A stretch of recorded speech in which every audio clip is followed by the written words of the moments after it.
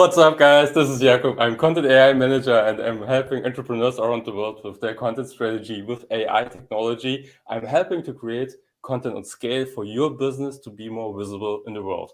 Welcome to a new episode of the Web3 live show where we speak about topics like NFT, metaverse, or building a community, which is our topic today. I'm very honored to have Pablo Gonzalez in my live show, who's also my content brother. So we are always joking around with this. So he's my co-bro, my content brother. He's the co-founder, CMO of Be the Stage and host of the B2B Community Builder Show. And Pablo is one of the guys from where I learned a lot about community building, but also about content in general a lot. And I'm very happy to speak today with you, Pablo. Welcome to the show. Buddy, I am always happy to talk to my co-bro. I'm glad you let everybody know what that meant, since we're going to say it about 30 times today. So I appreciate it. Happy to be here. Definitely. I think it's going to be minimum 30 times. Minimum. But before we jump into the topic of community building, this is really what I mean and live when I say content lifestyle. So Pablo and we never met in real life before, but we interviewed each other. I was on his show, he was on my show. We are helping each other, sending text messages, WhatsApp messages, or you sent me a video from your car last time. And we're helping each other. I mean, we are in not similar niches, to some degree different. We have different target audiences, but we are in this content spectrum, and we're really creating content and living this lifestyle. What I really think of this as a lifestyle, and really appreciate so far your help and your support. So that's really. Yeah. If I could say something to that, right? Like we are. So you're right. We are legit friends, even though we have never been in the same place together, right? And to me, it's right along the theme of this show and community and Web3 is the idea that you said we don't know each other in real life. I would say that there is the digital world and there's the analog world, and they're both real life now. Mm-hmm. There used to be this paradigm of real life is only the people that are in your space, and then there's the online world, and that's not real life. I think we're beyond that. I think especially with Web3 coming and where the world is today right now, it's important to acknowledge that our online life is our real life, and it's only going to become a bigger and bigger part of our real life, which is one of the reasons why I think community can be put at scale thanks to technology. Yeah, absolutely agree. That's really awesome. Really glad to have you on the show, because you're, in my opinion, the master of community building. So this is one concept that I really heard the first time from you. Also, how to build relationship. You had this concept of this relationship flywheel. But before, so what is the main benefit in your opinion? Why must we think about community? Why is this such an important thing to you?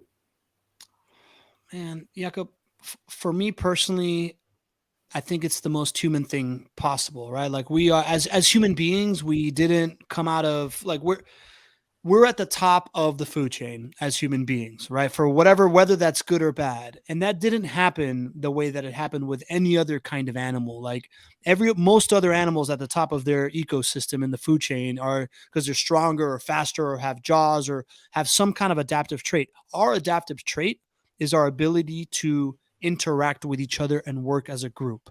And we didn't come out of caves until we started doing that.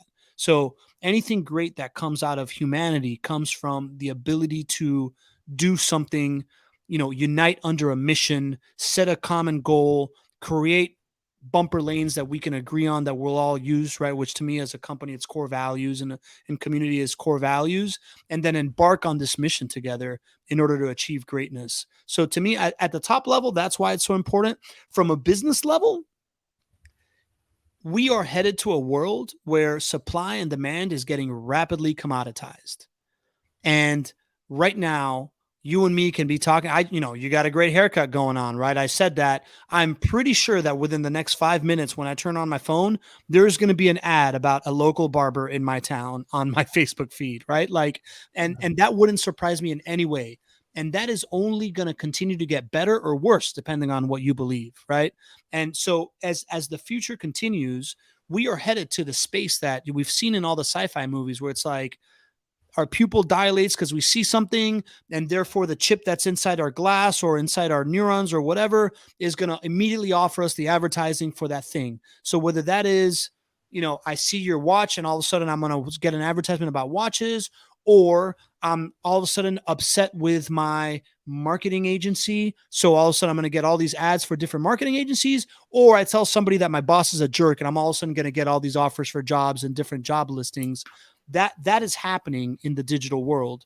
And the only way that you can prevent that is through community, because it's way easier to change jobs, change products, change service providers than to change friends. And you don't have to go any further than Harley Davidson, right? If somebody buys a Harley, they start hanging out with all Harley riders, and 2 years later, they're not going to go buy a Honda motorcycle because they're going to lose all their friends, right? Like that is, to me, community is the thing that solves from a business case. It solves for churn. It solves for lifetime value and increasing your lifetime value with people. If you have a community of clients and community of prospects that interact, it is a client acquisition tool. There's nothing more powerful than two people that love your product talking about how much they love your product in front of somebody that could use your product, right? Like, it's a customer acquisition tool. It's a beautiful feedback loop. All the ideas that you need of where to evolve your business and what else you can offer and things of that sort. What is better than having a whole bunch of people that can give you, that are wanting to do business with you, telling you what they need, right? Like, to me, it's the ultimate business tool that's going to solve for a whole bunch of future problems that are coming. Yeah, that's awesome. So client acquisition model.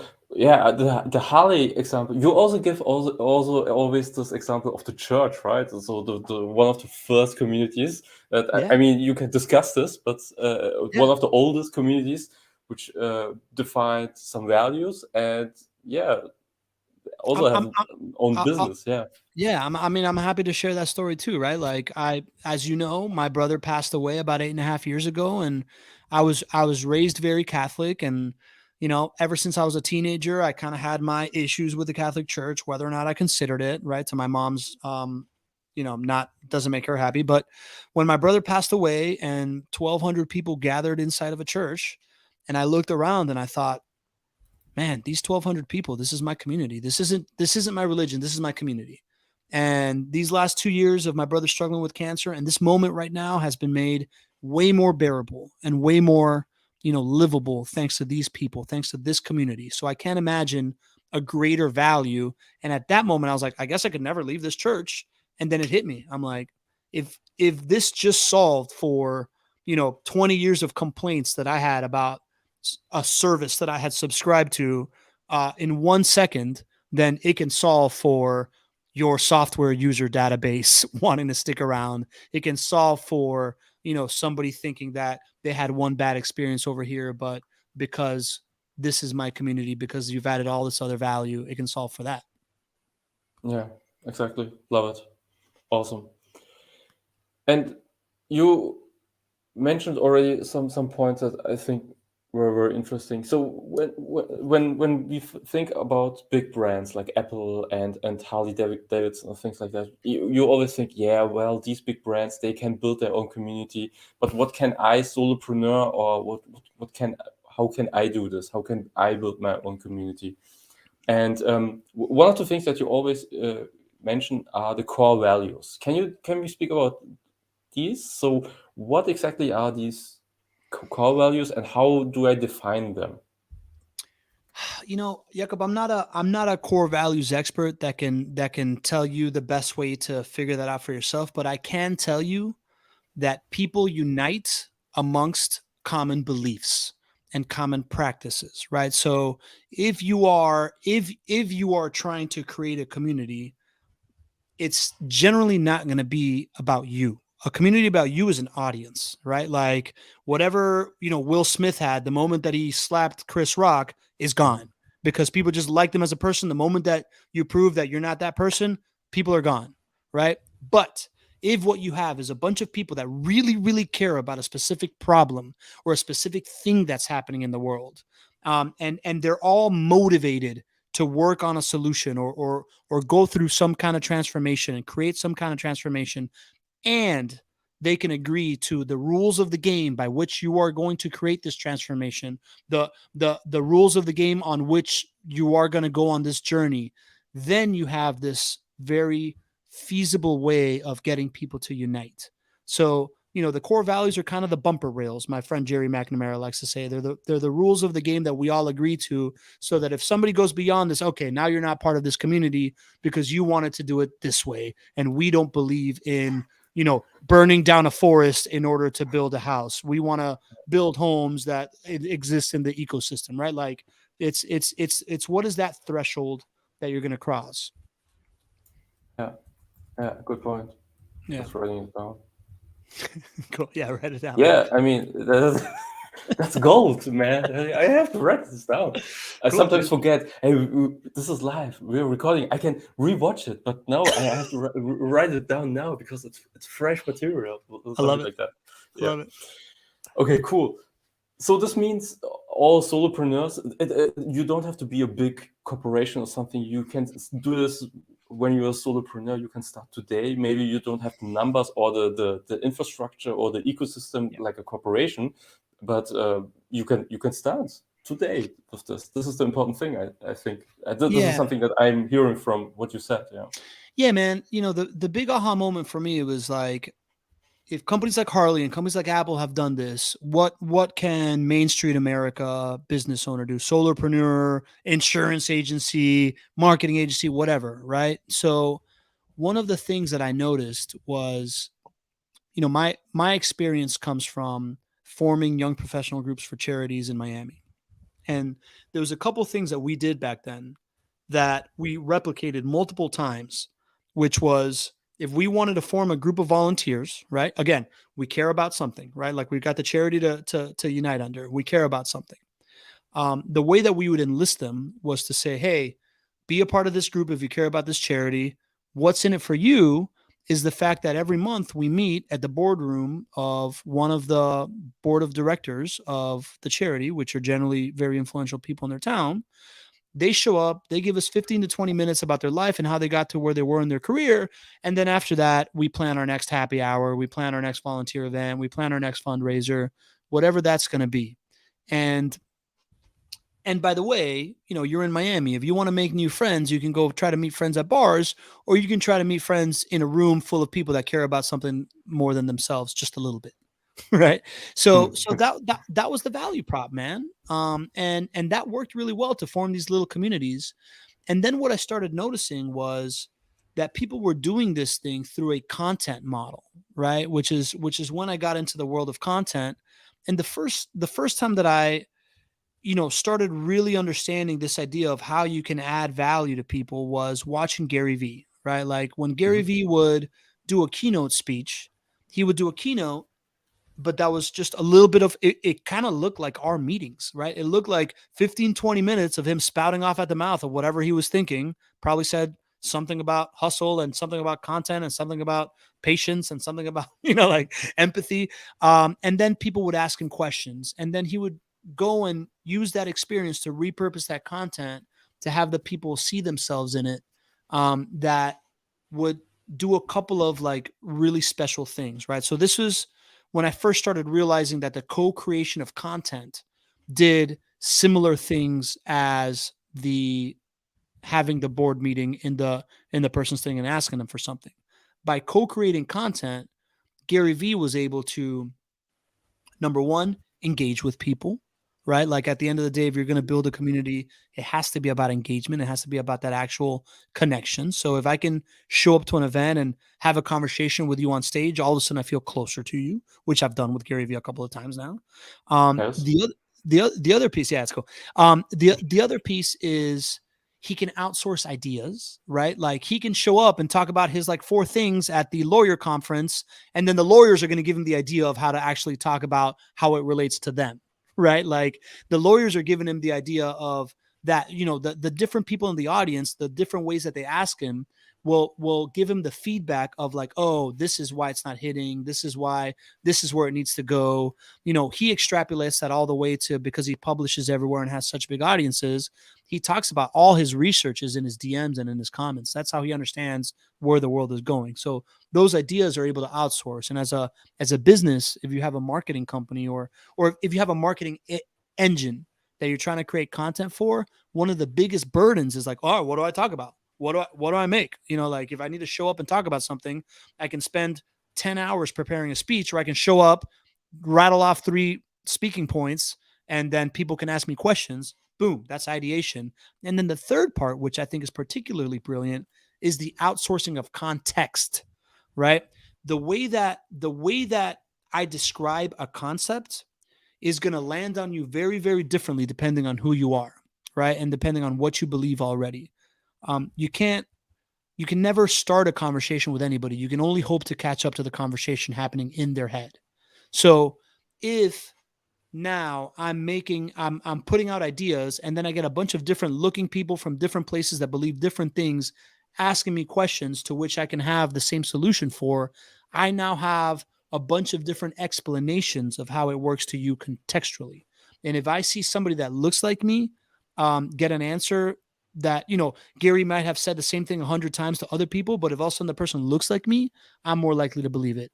If the person asking the question has my same career, I'm more likely to believe it. If the person asking the question says it in words that I relate to, right? Like I relate to heavily to people that speak at fast paces. So if the person asking it's like talking fast and like is animated like me and Gary Assett, I'm more likely to believe it, right? So outsourcing the context, outsourcing the ideation and the engagement adds this value of co-creation that brings people together because of the engagement, the clarification of the mission, and the ability to continue to come up with new material. Yeah, love it. I mean, this is the whole topic of content co-creation. I love it. I mean, but we have to be focused, Pablo. We have to be focused. So I know it's you do. about, Like I just had to bring up co-creation because it is at the center of like how you scale the community thing. It is the co-creation piece. That's kind of the engine. And then we can also talk about how you take that further. But I don't want to monopolize the whole conversation. Yeah. But this is also something that you're doing, for example, with your live shows, right? So I was also on your live show, and we had a chat before, and you took some parts of our conversation, and it was like a preview, so like a movie trailer, something behind the scenes before the live event was happening. You already promoted it, and that's also what you mean with co-creation, right? That's an example. Yeah, that's co-creation, right? The fact that I can make trailers and tag you on LinkedIn, that's a network where other people see you when you're being tagged.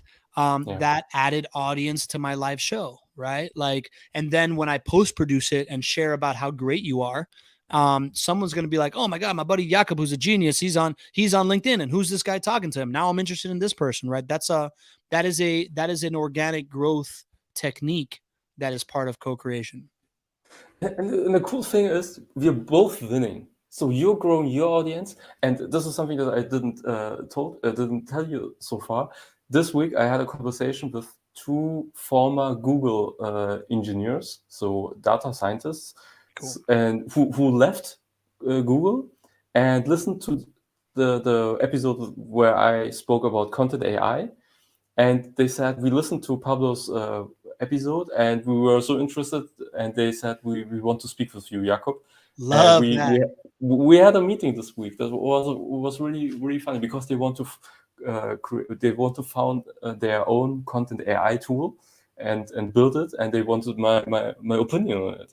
I mean, how cool is that? So I'm winning, I'm looking good, you're winning, you're creating great content, new people are coming in, and you're building this community, this audience. That's awesome.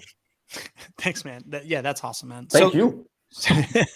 listen to your point. The live show thing is the thing, right? Like that, Yes. putting it all together, the concept of co-creation, the idea of community, and then the live show is the thing that really unlocked it for me. And I wanted to come up here and talk to you this week because now it's not just me talking about it anymore, right? Like I've been doing this myself. I have built a very profitable community for clients. I've watched Gary Vee operate. Now there's somebody else that's using the same exact technique that is succeeding wildly, and it's this guy Chris Walker, who has in 3 years built 100+ person company that's like a $70 million company, and it's the same exact technique, right? Like he started putting this language around it called content-led community. And I totally believe in it. I think it's awesome.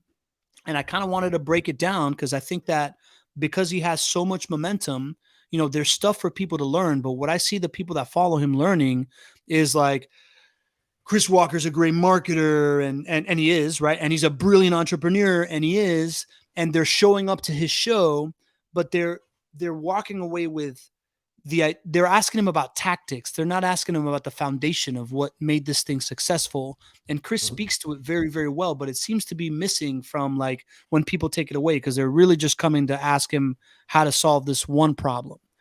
When they're missing like the whole mechanism of how he's done it is very similar to another guy who grew the fastest growing ad agency in the world, Gary Vee, right? Like it's the same thing, right? Like the Ask Gary Vee show and Demand Gen Live are very similar mechanisms. And I'm starting to see a couple of other people. There's another guy called Andre. I don't want to mispronounce his last name. He's got the Full Funnel podcast. He's doing it. We're doing it. It's working really well for us. We've got clients doing it. It's working well for them. So I wanted to just give the formula out of what is happening behind the scenes and why it works and what most people start to interact with it once it's already formed, but they don't understand kind of like the buildup to it. And I've now lived it multiple times and I've watched it multiple times. So I kind of wanted to share that. Okay, give it to us, please. What's the formula, Pablo? So the formula is this idea of showing up live with some value to offer and then letting people be a part of it and co-creating with it, right? So like I call it an internet talk show. Chris calls it content-led community. Gary Vee called it Ask Gary Vee, right? But the idea that you're able to spend some time talking to the world, talking to the people that believe in them, that are on the same mission that you are, and believe and be very vocal about the rules that you believe in, so people can like show up live, right? Like all communities have rituals, and all communities have common language, right? The ritual is the show, right? The ritual is showing up to the event, the online event, the show, whatever you want to call it, the Q&A, the webinar, if you want to call it a webinar, because that's really what it is. We're doing this stuff on Zoom, right? The common language becomes how people start describing this like shared thing of core values, right? For him, it's demand generation. And he's been talking about how attribution is wrong because all these tech vendors are doing this stuff, and marketing should be about creating demand, not capturing demand, right? Like all the languaging around it, people start to really coalesce around it. My languaging is the idea that if you're going to make marketing materials, you want to do it relationship out instead of audience in, right? This idea of co-creation being a relationship out thing and all that stuff. But the fact that he first showed up with somebody else, right? Like when he started this thing, it was him and this guy Gaetano Dinardi, right? So they were able to combine audiences and start educating people about what they're talking about. And again, he was able to show up, give a little bit from him. Gaetano would give a little bit from his brain.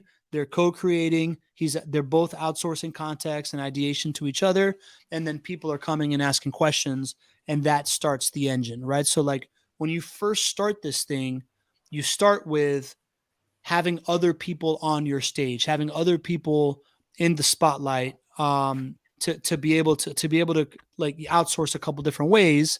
And in those interactions, you're very consciously driving multiple vectors of connection. If you join Demand Gen Live, you see that him and Megan, who is now his co-host, who's his partner, they are very, very, very deliberate about making you feel welcome and making you feel part of the show, right? So he's out there talking about his stuff.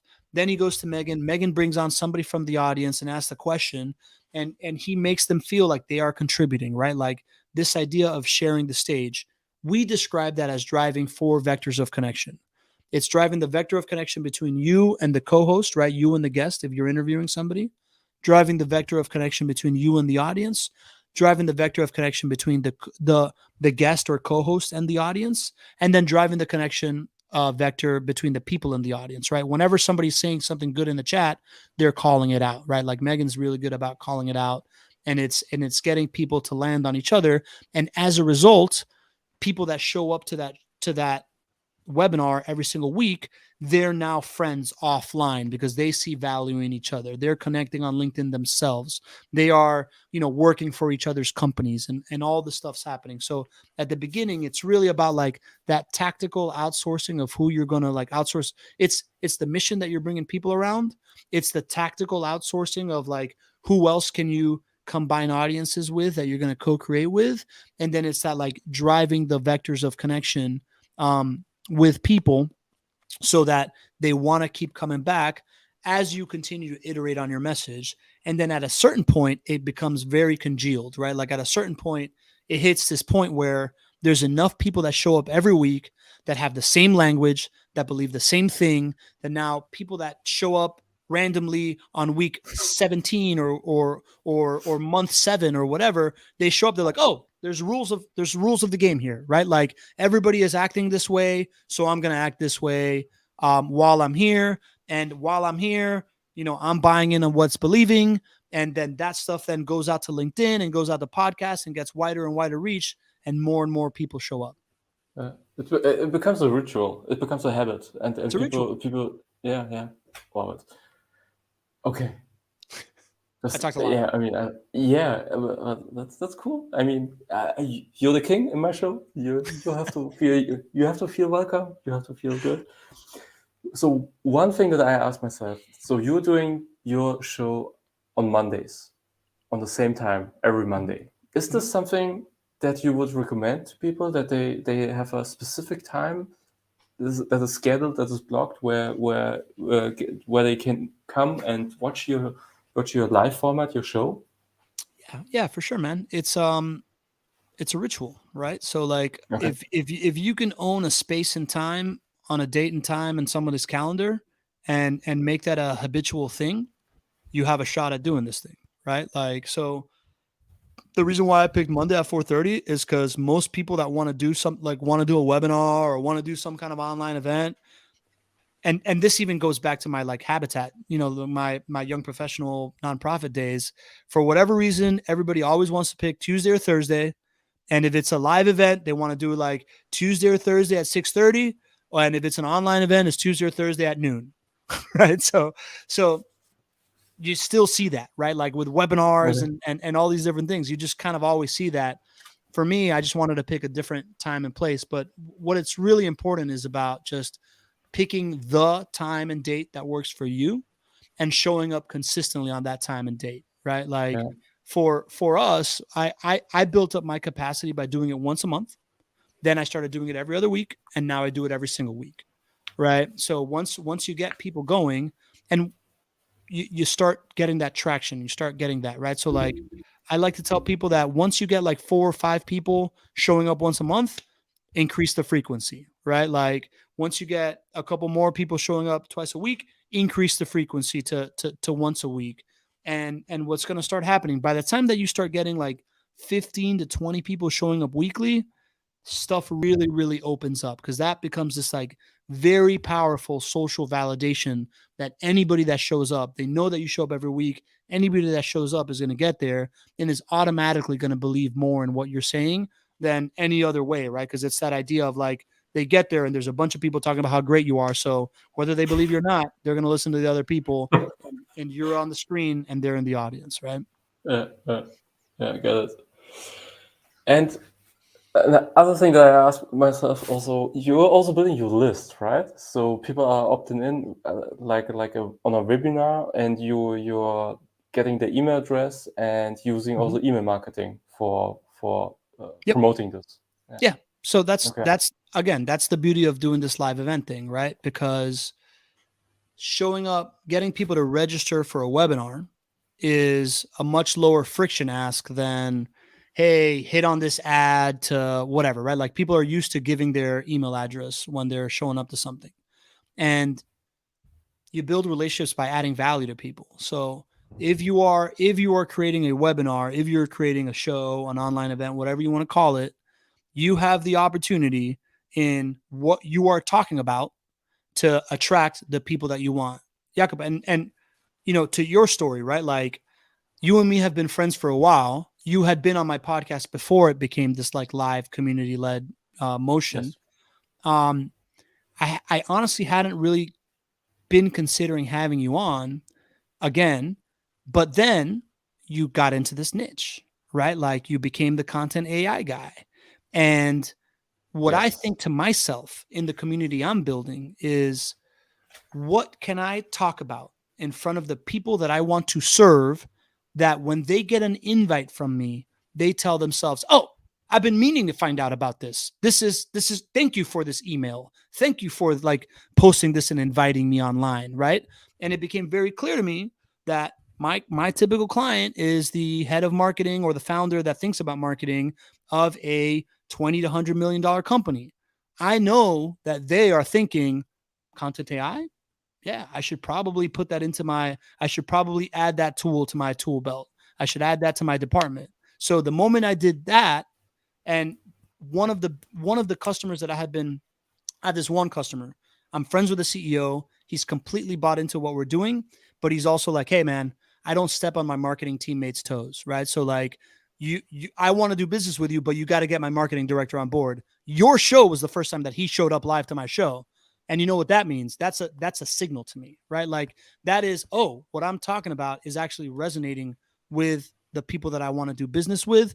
I'm on the right path, right? Any other form of content Love creation, it.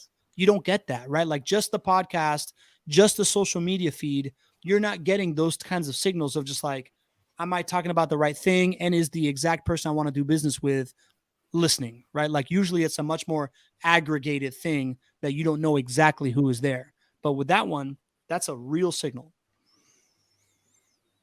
I love it. It's like a radar where you can identify, okay, does this resonate with my community Yep. or not? Okay, interesting. Yeah. That's cool. Yeah. So you do that enough times, and what Yeah. you start to realize is that there's certain subjects that people really, really care about. And that becomes your content lanes, your content pillars, right? Like if you do it enough time, you get enough feedback, right? The idea of content pillars is not foreign to content creators, but normally they're thinking, what does my audience care about? I think it's relationship building and Google SEO and sales techniques. Let's go make a bunch of content about that. And in 6 months, I'm going to know if it works. For me, I'm able to say, hey, I'm going to make a show about content AI. See if this matters to the 20 people that I have in my pipeline right now. Are they showing up? Yes, no. Boom, that works. So I continue to go down that path. And once I've gone down enough of those paths, it starts to really crystallize what are the conversations that my clientele wants to have, what really adds value to them. And that's how you develop your content lanes and your content pillars, by outsourcing the context and the idea, right? It's just a very efficient way of doing it. Yeah. Yeah. Love it. So you already mentioned it. Yeah. You already mentioned it, some use cases. So you made this for JWB, which is still a client of you, right? Is it? Yeah. Yeah. Okay. Uh, yeah. Okay. Okay. No, go Just ahead. Yeah. Do you have a question? and yeah, can we maybe when we land the plane, can we speak about one or two use cases and Yeah. show how did you start it and how it evolved and what results brought this community building idea? Yeah, man. So the JWB example is awesome, right? Like, so they are They are a turnkey rental property investing company in Jacksonville, Florida, right? Like they're a real estate company, and they are one of these companies that really, really cares about their clientele. They really care about their community, and they really, really care about their team, right? So again, they're on a mission to be this like real estate company with a soul. They have very defined set of core values. They're extremely relationship driven.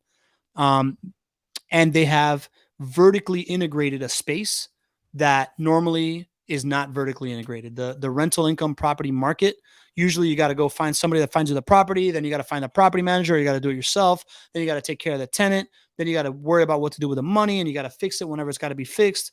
They've made it all a one-stop shop, right? And when their CMO and co-founder came to me, he was like, I know that I need to make content to educate people about why we're completely different than everybody else, but I'm having a really hard time thinking about what to educate people on. So we did this, right? Like I'm like, listen, man, why spend time doing that? Why not spend time talking to your clients on a show and inviting them to learn about each other, right? Like everybody in your clientele base wants to know who else is doing this and what have they learned about it, right? So we started doing that January of 2020. We called it the Not Your Average Investor Show, right? Like instead of calling it a weekly webinar, you call it a show because then people actually want to come up. You title it around something that people are like, oh, that's me too, right? Like Not Your Average Investor Show. It's like, oh, I'm not average either, and I'm an investor. It's way better than the rental property investor show, right? Like it gets some emotion involved. We started it January 2020. March 2020, guess what happened? COVID, right? World started going crazy. People were freaking out about their money. People started showing up to the show to ask questions and to like be soothed. At that point, the show became very, very valuable because Greg could have spent time calling each one of his clients to tell them the world isn't coming down, or he was just showing up once a week and people were asking questions and we were outsourcing the context and the ideas and the things that people wanted to hear about really, really well.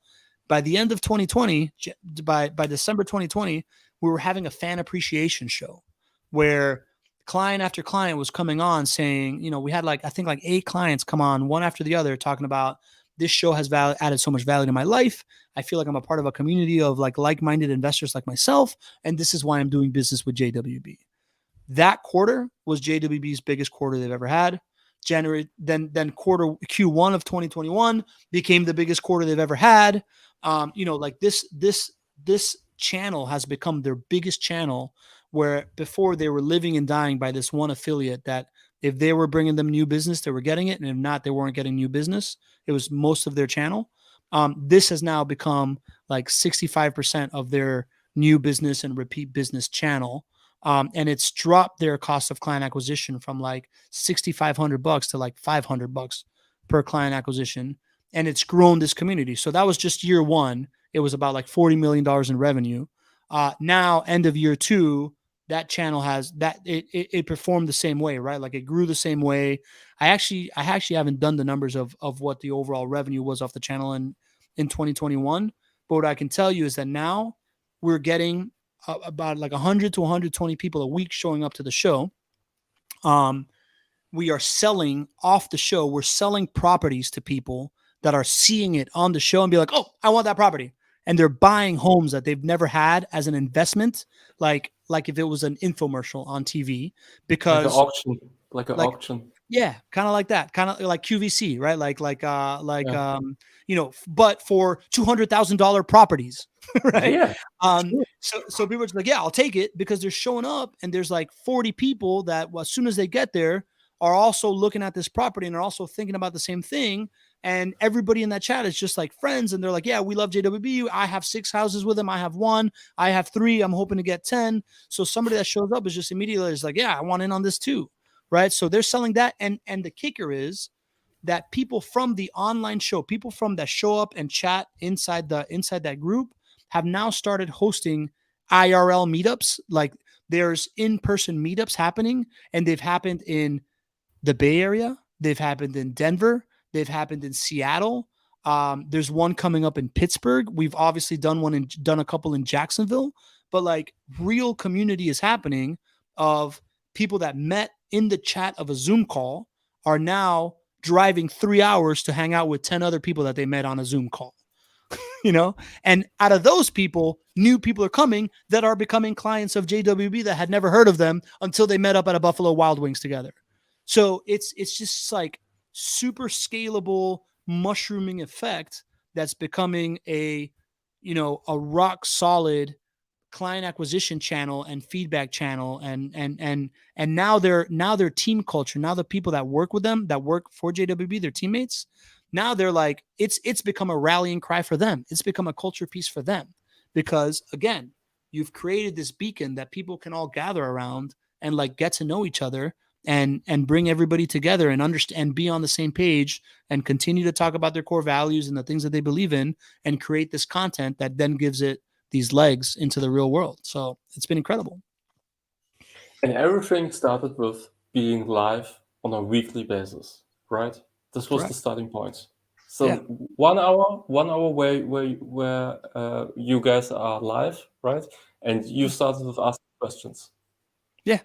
Yeah. It was, we sat down and we're like, all right, man, what do you think your clientele wants to learn about? And for somebody to buy a rental income property in Jacksonville, Florida, they probably need to know about real estate.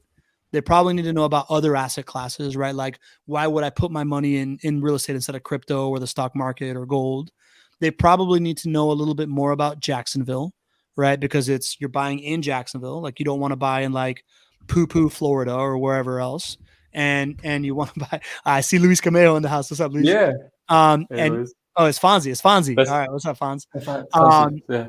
And you want to know who else is handling your money, right? So like, who else is, what other talent do they have in this company, and who else is doing this, right? So we just went ahead with those assumptions, and we've been just kind of systematically talking to people that fit those content lanes.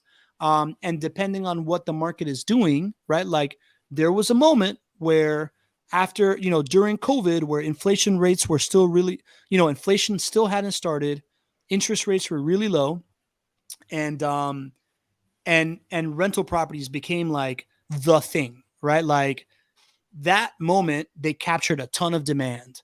Now, as you are still Luis Camejo, Fonzie, you're right. I'm sorry, I didn't mean to take your name away. And that moment, now we're on the other side of that equation, right? Like, now we're talking about, hey, inflation has hit, interest rates are rising, the stock market's about to take a dip, right? Like, we can still talk about the asset class and how it's better than the other asset classes when everybody is panicking. So we've gone, for a little while, we were talking about other asset classes, because everybody was just going haywire, putting their money everywhere. Now we're going deep into like economics, right? We're talking about what happened in 2008. Like, how does the market react when inflation rises? How does the market react when interest rates rise?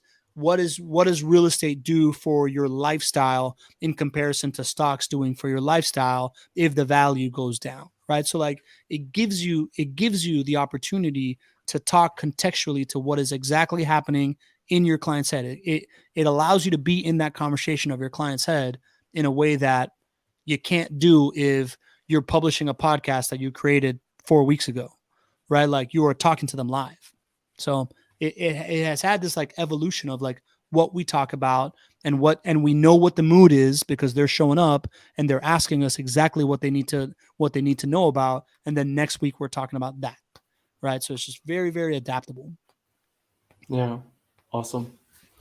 So are there any expansion plans of JWB, or what are the plans for the future? For them? Yeah. Listen, man, they're a very unique company, right? So they're 4 guys in their like late 30s that started off in this asset class and now control basically this asset class in one of the most attractive markets in America. And the people that do this tend to just go to other markets, right? Like, they're like, oh, this worked for us in Jacksonville, let's go to Memphis, right? Let's go to Dallas, let's go to Kansas City, the other cash flowing rental properties. Their attitude is they're going to go a mile deep in Jacksonville. So what they're doing now is they're completely vertically integrating. They've bought 19 blocks of downtown Jacksonville because they believe that they can make these investments uniquely unlike anybody else, right? Like, they can buy commercial real estate in an urban core that hasn't happened yet, because they know that if they make that urban core better, all the properties of all their clients that live around it are going to increase in value if they make the downtown more livable. So now they've gone from, just doing the residential infill lots, one-to-one development, to now they're economically developing this city and playing at the level of raising the median income of the city, so that trickles down to the rest of their clients, because it all makes perfect sense. So they can take much longer bets on these buildings and buy, like 1/6 of an entire downtown of a major American city. And now that's gonna do well for them, while their clients are all doing really, really well. Their goal, Jakob, is that they all have kids under 10 years old. Their goal is that their kids, when they graduate college, come back to Jacksonville to work in Jacksonville, because they've created so much opportunity. So that's what they're thinking about, right? And they're able to do it because they have a coalition. They have a community here. They have a community online. They have raised the profile of the city with this giant beacon that they've put up and a couple of other things that they've done. And they're able to operate on a scale that most companies can't, because they don't have that influence. And that's what community does for you. Yeah, love it. It's cool. Awesome. So JWB is definitely a really awesome use case. So do you have other use cases that we could speak about, or just maybe one another? Yeah, man. Listen, I think I myself am a use case of this, right? Like if I wasn't doing this, right? Like if I hadn't started doing the same exact motion, I could have never connected to JWB, right? Like this motion of how do you connect people and add value and grow is very real. I started with the podcast. I started just implementing this in person with the young professional groups, and then I joined a startup here that's local in Jacksonville that was for e-commerce sellers. Did the same thing around 2018. It was a computer software that was embattled, right? Like when I joined, the head developer quit. The software wasn't working very well. The founder had some very public arguments with a couple of with a very high profile affiliate and client, and they started losing clients. And we started joining the 12, like most skilled Amazon sellers of that group on a Zoom call every single week to do the same exact play. And within 3 months, those 12 people were best friends. So now they were never going to leave the software. A month later, we had an event with them in Panama. From them, we learned the secret sauce of like what each of them are good in business. So we started making content about the things that they know. 6 months later, we had an event here where the clientele showed up. That was like a $500,000 swing in revenue from like churning, losing clients to all of a sudden having multiple other income streams from education, live events, and the software itself and the community that we had created, right? So like that was a really, really quick turnaround in the software world. So what we've done is we started implementing this, right? Like for the first year at JWB, I was really focused on building out theirs. I've started implementing it for my company. And, as I'm getting more and more people showing up to my live event, my LinkedIn following is growing organically. I've grown like 300 followers organically in the last like 10 days. And that's just a direct result of like the content starting to like really resonate with the audience that I want to talk to. People connecting with me and like referring me in, the tagging of what I'm doing to my guests, that's happening. My revenue has grown because now not only do we have the service offering of creating this for people, but now we have an interest in learning how to do it. So we created a class that we've now taught. We're in the middle of teaching it the second time. That's a whole nother revenue model for us. Creating the class has now created the middle ground between it used to be just a done for you service. Now we have the class. So now we have a done with you service where it's like, hey, we help you start it. Here's the class. And then we support you a little bit, but now you're able to do it. Right. So like I'm a use case of this, and my company is growing as a result of direct feedback from the people that I want to connect with, getting them to be friends with each other, co-creating the content around it, and spreading it around. Yeah. Awesome. I love it. Really. So when it comes, we're a little bit, in Germany now it's getting to 11 p.m., but I could be all night and ask questions and speak with Pablo, but we have to come to I end. So when it comes to trends, what trends do you see when it comes to community building or communities in general?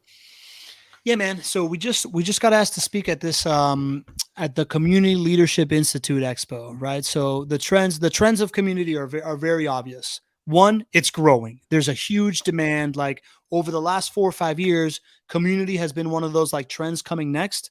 It's real. Like the demand for community from a clientele has never been higher, and the interest in corporate America of like how do I actually execute this has never been higher.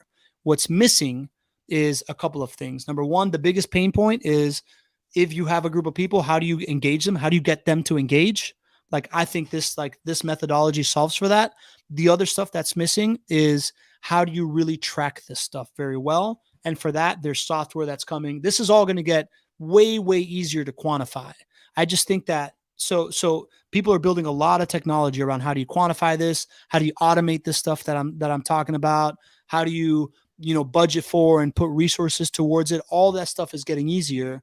The major trend, the major opportunity is to start as soon as possible so that you're able to like, there's going to be an iteration of finding your voice and finding that thing that your clients really care about. That takes some time. If you can start doing it right now and get to that point, by the time these tools come, then you're going to be the first wave of getting at scale. Yeah. Love it. Yeah, so, man. And as far as Web3 goes, right? Like, I'm sorry. Did you want to go there? No, that's awesome. I mean, this is the Web3 live show. I have to ask this. Yeah. When it comes to Web3, what, how can you? So where's the connection between community and Web3? So why, how it will look like in Web3 when we build our communities? I mean, listen, about 2 years ago, I started going to Bitcoin conferences when Gary Vee started talking about his VFriends project, right? Like it's very clear that NFTs and tokens are the future, are going to inherently be tied to Web3.